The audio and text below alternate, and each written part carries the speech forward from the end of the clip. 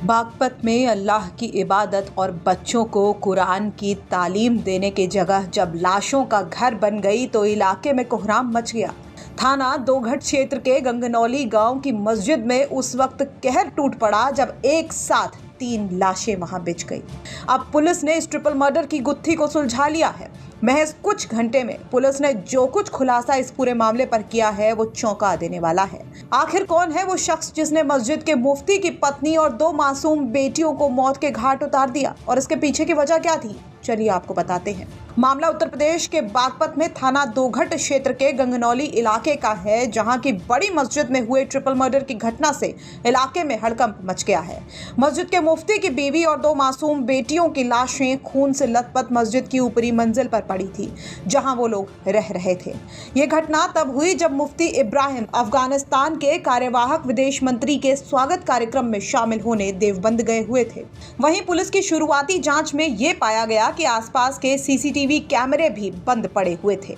इसके बाद शक इस बात पर गहरा गया कि इस घटना के पीछे किसी जान पहचान के शख्स का ही हाथ है। इसके बाद 7 थानों की टीमें लगी और महज 6 घंटे में परत दर परत सारा सच खुलता चला गया।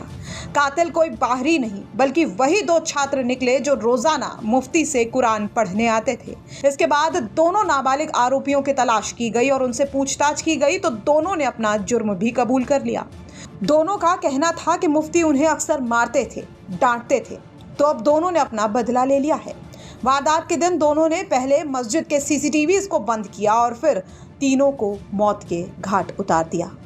दिनांक 11 अक्टूबर 2025 को थाना दोघट अंतर्गत ग्राम गांगनौली में सूचना मिली कि एक मस्जिद जिसके ऊपर एक कमरे पर मस्जिद के मुफ्ती साहब अपने पत्नी और 2 बच्चों के साथ रहते थे और मुफ्ती कहीं किसी काम से बाहर गए हुए थे, तो वहाँ पर उनकी पत्नी और दोनों बच्चों का शव मिला।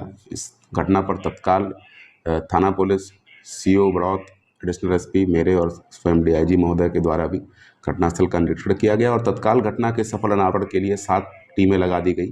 फील्ड यूनिट के द्वारा भी मौके से आवश्यक फिंगरप्रिंट्स और डीएनए साक्ष्य उठाए गए और लगातार जो 7 टीमें थी उन्होंने बड़े कम अवधि के अंदर वीडियोस को देख के 2 संदिग्धों को चिन्हित किया और जिनसे जब पूछताछ की गई तो ज्ञात हुआ कि ये दोनों बच्चे जो बाल अपचारी हैं, ये उसी मस्जिद के नीचे मौलवी से तालीम हासिल करते थे और मौलवी इनकी अक्सर पिटाई कर देता था, जिसके कारण क्षुब्ध होकर इन्होंने इस घटना की योजना बनाई और ये घटना कारित की। इन दोनों बाल अपचारियों के निशानदेही से घटना में प्रयुक्त हथौड़ा और छुरी बरामद हुआ है। जानकारी में ये आया कि कल यानी दिनांक 10 अक्टूबर को इनमें से एक बाल अपचारी के साथ मुफ्ती ने पिटाई की थी और जिसके कारण उसने अपने दूसरे साथी को साथ लेकर ये पूरी योजना बनाई और आज जब मुफ्ती किसी काम से बाहर गए हुए थे और उनका परिवार अपने कमरे में सो रहा था दोपहर 1 बजे के आसपास, तब इन्होंने इस घटना को अंजाम दिया और अंजाम देने के बाद वहाँ से वो फरार हो गए। बड़े ही कम अवधि में पूरी बागपत पुलिस की टीम, एसओजी सर्विलांस और तमाम 6 थानों की टीम ने इस पूरी घटना को वर्कआउट किया है और दोनों बाल अपचारियों को अपनी कस्टडी में लिया है। थाना दोघट पर वादी की तहरीर पर अभियोग पंजीकृत करके आवश्यक विधिक कार्रवाई की जा रही है।